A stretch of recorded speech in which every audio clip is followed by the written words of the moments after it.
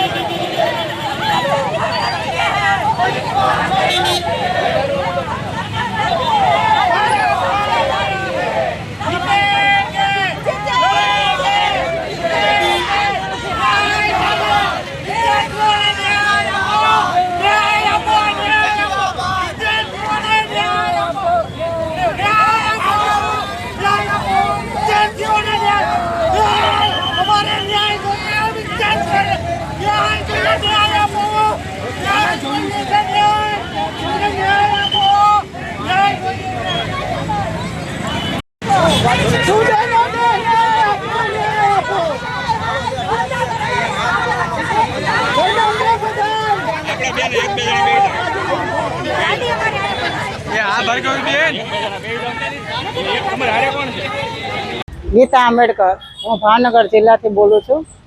આજે 23 દિવસ થઈ ગયા સોનમ વાવચૂકના કે ભૂખ હડતાલ ઉપર છે।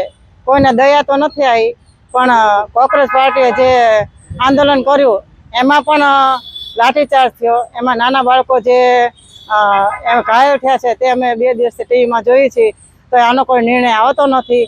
તો અમે એના માટે આંદોલન કરવા ઊભા થયા છીએ અને આનો કોઈ સરકાર વહેલાસર નિર્ણય લઈ લે તો આવા અત્યાચારો થાય છે અમારી ઉપર, અમારા બાળકો ઉપર, અને આવનારી પેઢીમાં આવા જો પેપર લિંક થાય છે એ ન થાય એના માટે અમે આંદોલન કર્યું છે। ફક્ત ને ફક્ત છાત્રો માટે અમે કરી છીએ, બાકી અમારી કોઈ પાર્ટી આરે વિરોધ નથી। એમ મારું નામ જયેશ અંજારા, ભાવનગર સામાજિક કાર્યકર।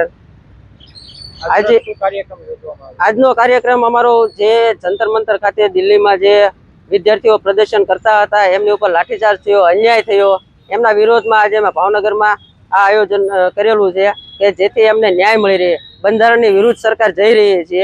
બંધારણ કોઈના બાપની દેન નથી, સરકાર પણ એમની નીચે છે। બંધારણથી જ તે આ દેશ ચાલે છે, સંવિધાનની વિરુદ્ધ જવું ના જોઈએ। આર્ટિકલ 32 નો આ લોકોએ મૂળભૂત અધિકારોનું હનન કર્યું છે અને વિદ્યાર્થીઓ પર લાઠીચાર્જ કર્યો છે।